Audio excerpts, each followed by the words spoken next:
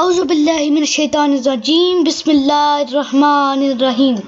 السلام علیکم ورحمۃ اللہ وبرکاتہ۔ سنینی وظائف ٹی وی کی طرف سے آپ سب کو خوش آمدید۔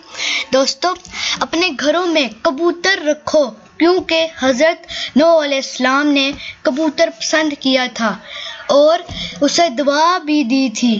کسی اور پرندے پر اتنا پیار نہیں آتا جتنا کبوتر پر آتا ہے، اور رسول خدا محمد مصطفیٰ صلی اللہ علیہ وآلہ وسلم نے گھر میں ایک جوڑا سرخ رنگ کے کبوتروں کا تھا۔